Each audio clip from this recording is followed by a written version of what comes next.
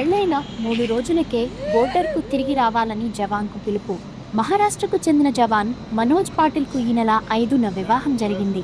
వివాహ సెలవుల మీద ఉన్న జవాన్ మనోజ్ పాటిల్కు భారత్, పాక్ మధ్య ఉద్రిక్తత పరిస్థితుల దృష్ట్యా బోర్డర్కు తిరిగి రావాలని పిలుపొచ్చింది.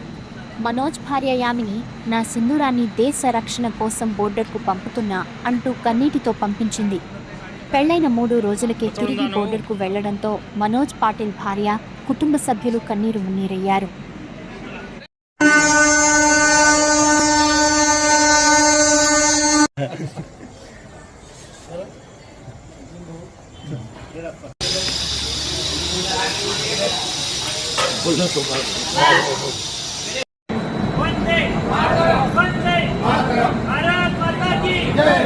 तुमच्या घरी सत्यनारायण होता पण मात्र ते ड्युटी जॉईन करता आहे तुमचे पती.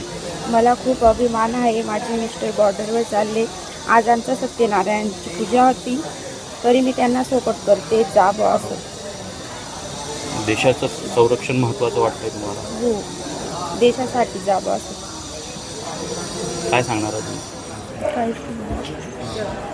ठीक.